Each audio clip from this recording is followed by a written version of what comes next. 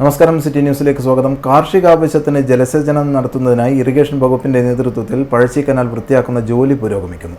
പോഷക കനാലുകളും വൃത്തിയാക്കി കൃഷിക്കാവശ്യമായ ജലസേചനം ഉറപ്പുവരുത്തുകയാണ് ഇറിഗേഷൻ വകുപ്പിന്റെ ലക്ഷ്യം. മാലിന്യ കൂമ്പാരമായി മാറിയ കനാൽ വൃത്തിയാക്കുന്നത് ഏറെ ദുഷ്കരമായിരുന്നുവെന്ന് കരാർ ഏറ്റെടുത്ത പ്രൈഡ് കമ്പനി.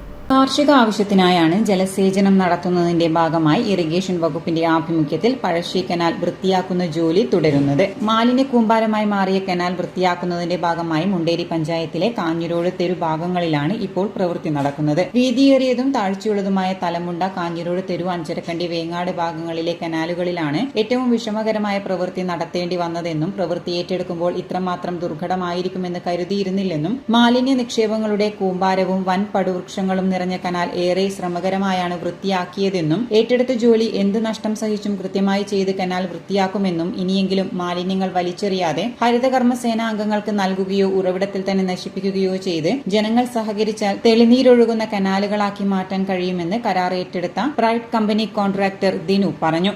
നമ്മുടെ പ്രൈഡ് എന്ന് പറയുന്ന കമ്പനിയാണ് കരാർ എടുത്തിരിക്കുന്നത്. ഇറിഗേഷനിൽ നിന്ന് എടുത്തതാണ്.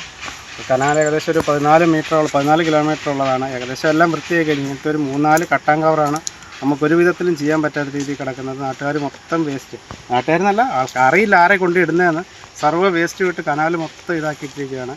ഞങ്ങളതിപ്പം പണിയെടുക്കുന്നവർക്കും കഷ്ടപ്പാടാണ്, ഞങ്ങളുടെ കമ്പനിക്കും ഭയങ്കര ലോസാണ്. പക്ഷേ നമുക്കത് ചെയ്യാതിരിക്കാൻ പറ്റില്ല. ഞങ്ങളത് ഏറ്റെടുത്ത് പോയി. അതുകൊണ്ട് മാക്സിമം ഞങ്ങൾ വൃത്തിയാക്കുന്നുണ്ട്.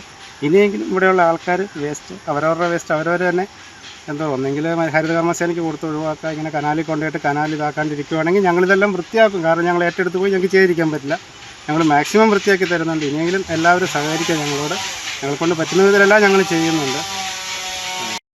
ഇപ്പോൾ 14 കിലോമീറ്റർ കനാൽ വൃത്തിയാക്കുന്ന പ്രവൃത്തിയാണ് നടന്നുവരുന്നത്. നെല്ലിന്റെ വിളവെടുപ്പിന് ശേഷം പോഷക കനാലുകളും വൃത്തിയാക്കി കൃഷിക്കാവശ്യമായ ജലസേചനം ഉറപ്പുവരുത്തുകയാണ് ഇറിഗേഷൻ വകുപ്പ് ലക്ഷ്യമിടുന്നത്. City news, Kannur.